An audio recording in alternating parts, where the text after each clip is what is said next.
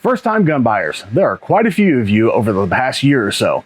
We put out a question earlier asking what are your questions when it comes to being a first-time gun buyer. So we're going to try to tackle some of those questions coming up next.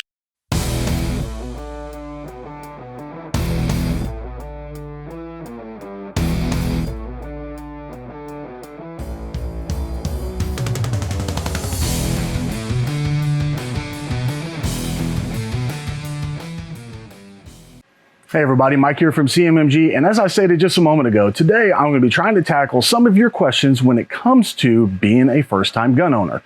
Now please bear in mind, this is not the end-all be-all answer session for these questions and being a first-time gun buyer. This is one person's opinion, mine, from being a gun owner myself and having been in the industry for a while. There are plenty of great resources out there for you as a first-time gun buyer. Plenty of great other YouTube channels, social media channels, and even just publication channels. So there's a lot of information out there for you. So let's just dive right in. Okay, our first question comes from Uncle Sam on Instagram. He asks, what do I have to do to buy? Well, I'm not sure what the question is there exactly. I'm not sure if you're talking about the process to purchase. Typically speaking, if you're talking about the process to purchase, you're going to go into either your local gun store, pick out the gun you want, and then do the paperwork, or you're going to go to a website like ours, pick out the gun you want, put it in your cart, pay for it, and then in the checkout process, we'll figure out which gun shop we need to send it to, and then you'll go to that gun shop and fill out the appropriate paperwork. Now, if you're asking what the paperwork is, it's typically going to be a federal form 4473. When filling that out, there's going to be a place for some personal information you'll have to fill out. You're going to answer some yes/no questions regarding your background. They're going to do the background check, and then they're going to come back with one of three answers. It's either going to be a proceed, a denied, or a delayed. Delayeds actually are fairly frequent because the NICS system is actually pretty backed up right now, and sometimes they just delay people because they don't have the means of getting answers quite as quick. Now, one little note I would like to give you is when it comes to filling out the 4473 background paperwork, make sure that your ID that you're going to be using matches the information of your current address. That is one of the biggest kickers that make 4473, the whole process gets stopped, because you have to make sure everything you've got is current. All right, and the next question comes from Trenchtown Boogie on Instagram. They ask, I just bought. What is the first thing I should do? Well, I'm going to say the very first thing you should do is read your owner's manual, because there are so many different guns out there. I'm not sure what it is that you bought, but every gun is going to be a little different, and each manufacturer is going to have different care and maintenance routines for their firearms. So whether it's a revolver, a semi-automatic pistol, a semi-automatic rifle, a pump shotgun, a semi-auto shotgun, or anything that I missed there, everything has a little bit different maintenance needs and cleaning needs and just care. And the manufacturer should state that in their owner's manual. So on top of that, if you actually read it in the owner's manual, one of the first things they're going to recommend you do is clean it. So you definitely want to clean your purchase before you take it out to the range for the first time. That all being said, one of the things I'm going to say that you really need to do first, and this comes with reading your owner's manual a little bit, is familiarize yourself with the platform. Like I said, there are so many different platforms out there. You need to make sure that you know how to safely operate, store, use everything on that firearm before you go out to the range. And I highly recommend getting some professional training. Now, your cousin Jim down the street that knows guns might be a good asset, but if they're not an instructor and they're not accredited and they don't have experience giving professional education and professional information to you, I would kind of steer clear of them. I would really recommend going to a local range or somewhere, because they typically have instructors on staff, and get good, solid, professional instruction. All right, another question I've got coming off of Instagram is asking, do guns work straight out of the box, or do you need to have a break-in for them? Well, Our guns are going to work straight out of the box, but like I said a while ago, I highly recommend you taking and cleaning them and lubing them before you go out and use them for the first time. Now, there are other guns out there that do have different requirements. So again, like I said before, make sure you read your owner's manual so that you know what your gun needs. But our guns, clean them, lube them, get out to the range with them. The next question comes to us from Colin Stevenson on Instagram. He asks, what is the best caliber for apartment defense? One that's still effective but will not put your neighbors in danger. Well, it's kind of a tricky question because not all ammo manufacturers are the same. So even if you're looking at one caliber, there's so many variables in that caliber that you could probably find something that's going to work for you. So I would definitely recommend researching a little bit because I know this has been covered by a lot of other YouTubers and a lot of other social media platforms out there. For example, Pew Pew Tactical has an incredible write-up on this, and they talk about the differences between 9mm, 223, 300 blackout, 12 gauge. They also go even more in depth, and they go into full metal jacket versus hollow point, buckshot versus birdshot. You know, there's a lot of different variables there because not even 124 grain hollow point from manufacturer A in a 9mm is going to have the same ballistics as 124 grain hollow point from manufacturers B, C, D, and so on. So there are a lot of variables involved there.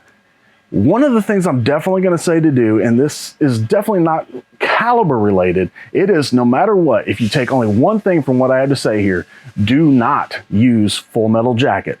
Now, if it's the only thing you have, that's one thing, but I highly recommend getting yourself a good hollow point. Hollow points, especially ones that are going to be moving a little bit slower, so some of the heavier grains are typically going to be your better answer. Surprisingly enough, 223 in a hollow point is also going to be a pretty good performer because it is such a small projectile that it tends to tumble relatively quickly and you don't have to worry about over penetration. So an AR platform is definitely something I would recommend just because no matter what the size, no matter what the caliber, it's going to be something that's very manageable for pretty much any shooter that might need to use it versus trying to stabilize a handgun or having the heavier recoil of a shotgun. AR platforms are going to be great. Chambering it in the proper chamber that works best for you. Again, I know that sounds like a cop-out answer. I'm not trying to avoid it. Typically, slower moving projectiles, make sure it's a hollow point, and check out what the manufacturer's specs are because there's going to be a lot of different things out there. If there's one other thing other than do not use full metal jackets that I cannot stress enough, and that is get training. I know you've heard me say it before, but training. You need to be aware of what your target is and what is beyond. So you got to remember, any projectile that leaves that barrel is a liability. So if you miss the target, wherever that goes and whatever damage that does, you're accountable for. So your best bet is to be trained under stress, and be able to use that platform while under stress and make sure that you do not miss your target. All right, when we sent out the call on social media to ask you guys for your questions, honestly, that's about all we got when it came to first-time gun buyer questions. We got quite a few other questions that I'll work into future Q&As, but they don't really pertain to this topic right offhand. So just talking amongst ourselves here in the marketing department, there's a few things that, I feel would be just some good information to convey to you guys also. And this is going to be primarily whenever you're out shopping for the gun. Starting off, and these are in no particular order, just remember, there are no silly questions because you are making a decision on something that could possibly save your life or the life of a loved one. So you want to make sure that you are making a good, educated decision. Just because you don't know the answer doesn't mean that it's silly. And just keep in mind, we all started somewhere. So, myself, any other YouTubers that you see that know their stuff when it comes to guns, they didn't always know that information. We all learned somewhere. So you're starting off in the same place we did at one point. So ask away. Make sure you keep those questions coming. Another thing you should probably do while you're at your local gun store is let the people know that you are a first-time gun buyer. So they're going to expect certain questions from you. And if you're at a good gun store, hopefully they'll give you information that you might not think to ask about because the simple fact is you don't know what you don't know.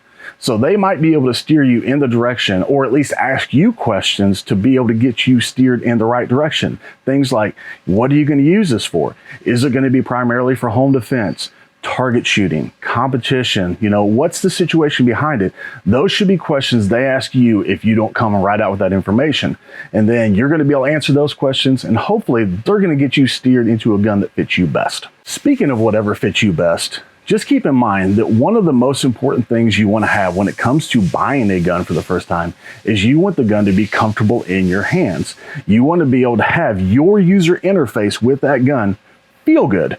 Because if you don't like the way that gun feels in your hand, you're probably going to get a little bit of a mental block, and you're not going to enjoy shooting that gun. And then, God forbid you ever had to use it, you might not have the confidence in that gun when it comes time. So first and foremost, make sure the gun feels good in your hands. Now, once you found that gun that feels good in your hands, just keep in mind that a larger gun doesn't always mean it's worse. A smaller gun doesn't always mean it's better, and vice versa.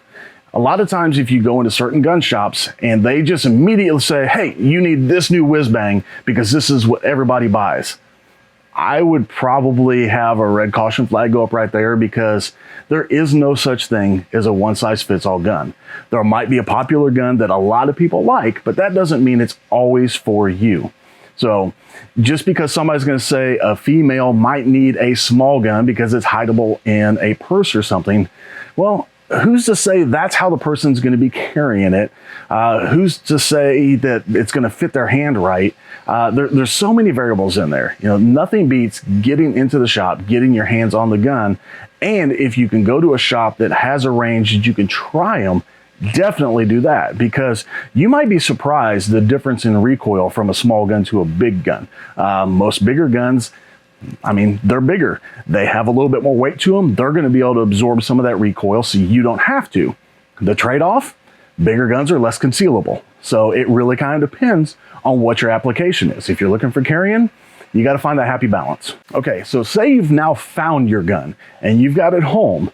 One of the things you need to think about is how to safely store that gun, because you want to make sure that it is accessible to you and other responsible people, but it is inaccessible to people that shouldn't be getting it, like bad guys, children in the house, neighbors, whoever you don't want finding those guns. So you need to think about a storage solution.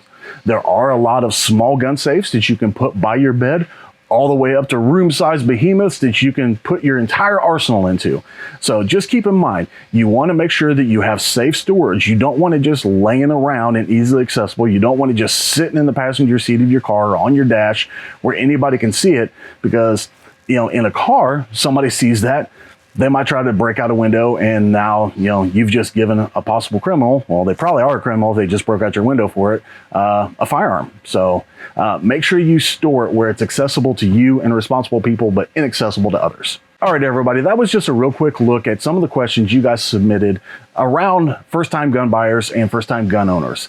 I know there has to be a lot more questions out there, so I'm hoping that as you see this video, this will raise questions for you. And if you have those questions, feel free to hit us up in the comments down below, no matter what platform this is on. If you're watching it natively on YouTube, or if you're watching it on social media, hit us up in those comments. We use those comments to judge what our future content needs to be. And being able to answer your questions and help educate you is one of the things that we love to do. So guys, thank you for all of your input. Thank you for the questions you've submitted. Thank you for submitting more questions, because I can't wait to do more videos for you guys. So just stay tuned for more videos in this series, in other series regarding our platforms all across the board. As always, guys, stay safe out there.